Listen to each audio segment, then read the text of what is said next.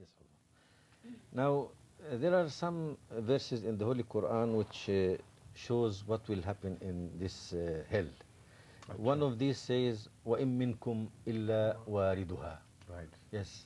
How everyone will visit this hell? But there is another verse as well, that they will not hear hasisaha. Yes, yes, with it, yes. لا يسمعون حسيسها. لا يسمعون hasisaha. They will not go even that close that they could hear the raging sound of hell, even like hasis. They will be so far away that even the hasis, now there is no hasis in Jahannam. It is raging, wailing, and so huge crying and things. But that shows the distance of believers from that place. Then that punishment. Yes. Then minkum, he says. Okay. Yes. I'm sorry for those.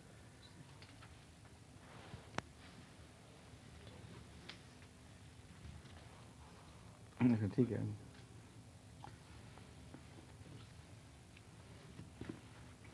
I want to read the previous verse as well.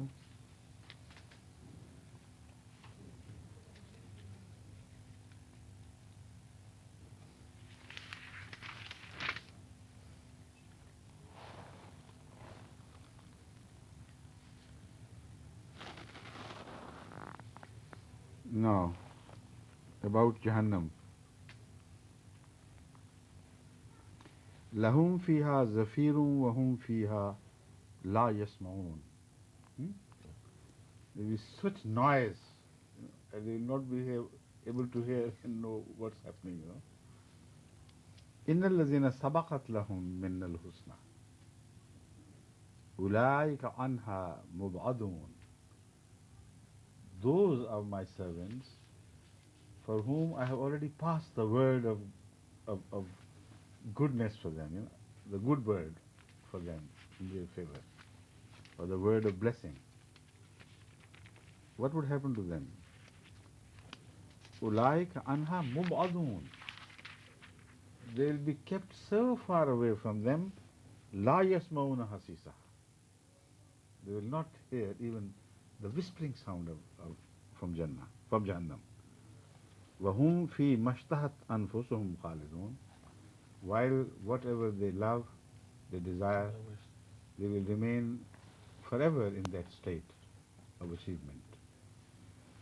Now, this is a beautiful comparison. If you enter Jahannam, the noise is so great that you can't even hear and understand what's happening, Huge noise. But the believers, if they entered heaven, Jahannam once, how could they not hear that sound and know that what's happening there? Mubadun, they will be kept far away from it. Even the slightest sound of Jahannam will not reach them. What is the compromise between the two? This is the point. Im minkum illa wariduha indicates the Jahannam which is created, the fire which is created by the enemies of prophets, and which they are made to go through and suffer through. The life of hell which they accept of their own accord for the sake of Allah. That fire is built by kuffar, and they could run away from it by denying the truth or by rejecting the message of Allah. But they would go to the other fire. Yes, then they would go to the other fire. So they prefer being burnt in the fire of the enmity for the sake of Allah, and that is why that fire is turned into a garden and made cool.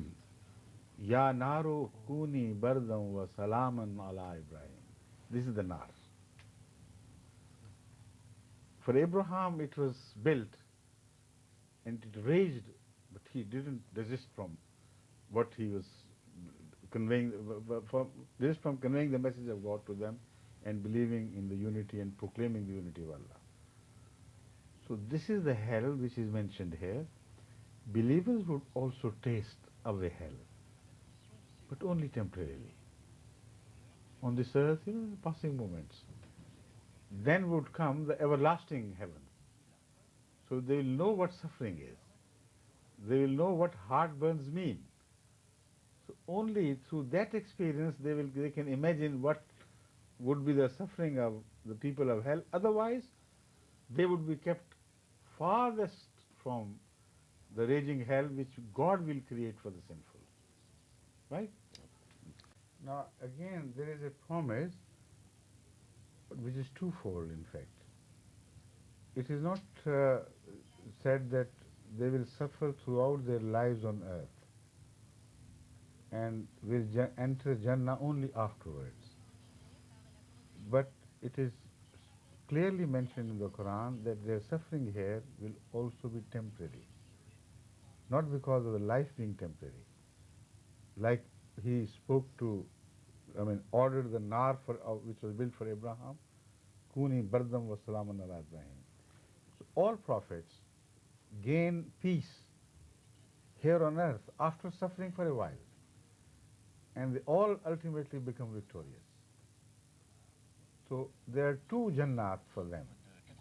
One here on earth, which turns their hell into heaven. And the other, that permanent abode of Jannah, which knows no hell. You understand? نعم يسعد الله. يوضح أمير المؤمنين هذا الموضوع ويقول ليس معنى ذلك أن أهل الخير وأهل الصلاح والأنبياء وأتباع الأنبياء سيتعرضون لهذه النار طول حياتهم في الدنيا ولا يرون نعيما إلا في الآخرة. لا، هناك وعد إلهي لهؤلاء أيضا أن هذا العذاب وهذه النار نار مؤقتة، لأن الله وعد أنبياءه وأتباعهم بالانتصار. لا بد أن تكون هذه النار بردا وسلاما عليهم.